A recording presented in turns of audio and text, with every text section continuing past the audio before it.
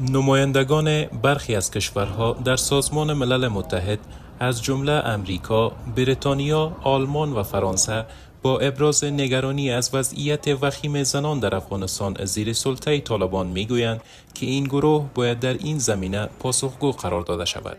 آنان در نشست شورای حقوق بشر سازمان ملل که در مورد بررسی گزارش ملی 5 سال گذشته این شورا در مورد افغانستان برگزار شده بود، گفتند که زنان افغان طی نزدیک به 3 سال گذشته با انواع خشونت‌ها و محدودیت‌ها از سوی طالبان روبرو شدند.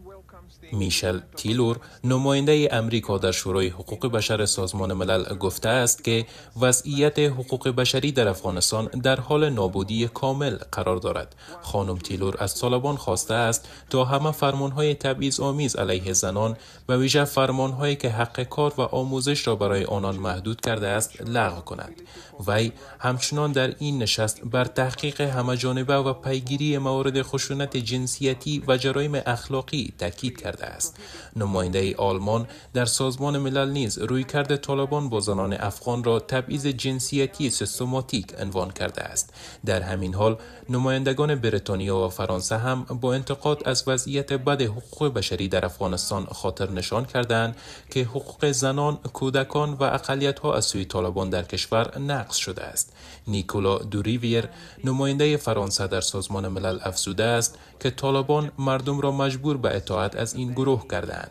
با این همه نماینده بریتانیا در سازمان ملل وضعیت حقوق بشری در افغانستان را شوکه کننده خوانده است. به گفته وی، طالبان شمار زیادی از نظامیان پیشین را تیرباران کردند و همچنان این گروه و بازداشت خودسرانه خبرنگاران و فعالان مدنی ادامه دادند.